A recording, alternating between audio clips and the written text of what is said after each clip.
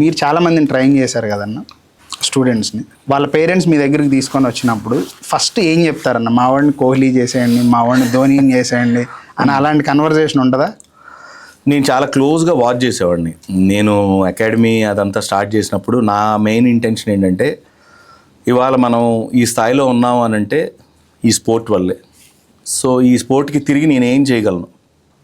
నా ఆలోచన విధానం నేను ఎప్పుడు పెట్టుకుంది ఒకటే ప్రేమ్, నేను నా ఫ్యామిలీ ఆటోమేటిక్గా ఇదంతా కూడా it's related and obviously I will do to my family, I should do to my family. అంతా చేసేయాల్సింది చేస్తాం. బట్ నా ఆలోచన విధానం ఎప్పుడు నేను ఎలా ఆలోచిస్తానంటే, something I need to do it to the society. First సొసైటీలో నాకు ముందు ఉండేది నా ఫెటర్నిటీ, స్పోర్ట్స్ ఫెటర్నిటీ, క్రికెట్.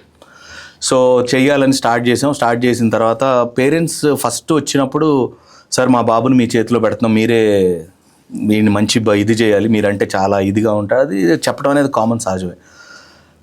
నేను ఫస్ట్ పేరెంట్కి ఇదే చెప్పేవాడిని, ఏమండి మీరు ఫాస్ట్గా మీ అబ్బాయి కోహ్లీయో లేకపోతే ఫాస్ట్గా మీ అబ్బాయి రోహిత్ శర్మనో లేకపోతే ఇంకొకళ్ళు అవ్వరు. ఇది ఎడ్యుకేషన్ లాంటిదే.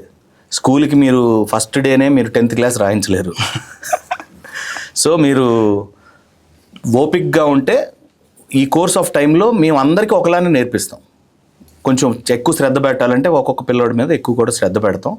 కొంచెం మీరు టైం ఇవ్వాలి, ఎక్కువ మీరు ఇన్వాల్వ్ అవ్వద్దు. పేరెంట్స్ ఏం చేస్తున్నారంటే, చాలామంది ఇప్పుడు పృథ్వీ షా లేకపోతే ఇంకొక player, some of the other players, మన యూట్యూబ్లో వాళ్ళ లైఫ్ జర్నీస్ చూస్తున్నాం.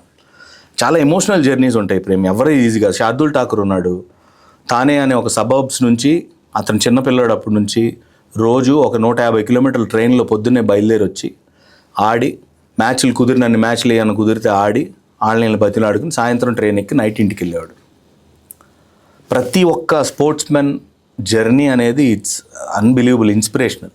ఆ ప్రాసెస్ని ఫాలో అవ్వాలి, కానీ మీరు ఓవర్ నైట్ ఏదైనా చేయాలి, జరగాలి అని అంటే అది ఇట్స్ నాట్ పాసిబుల్. అదే చెప్పేవాడు నేను.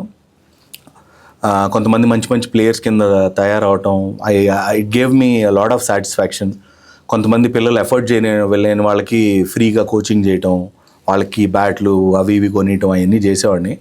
బట్ ఇప్పుడున్న సిచ్యువేషన్లో ఏంటంటే ఎక్కువ more of into commentary, family time ఇవ్వలేకపోతున్నా. ఇవన్నీ కొన్ని రోజులు పుష్ చేయడానికి ట్రై చేశాను. బట్ తర్వాత రియలైజ్ ఏంటంటే, ఎండ్ ఆఫ్ ది డే ఫ్యామిలీకి టైం ఇవ్వలేనప్పుడు I can't be happy. So అందుకని I thought okay, let me focus on more into commentary ఇట్లా అని చెప్పి కొంచెం ఎక్కువ టైం అట్లా ఇస్తున్నాను.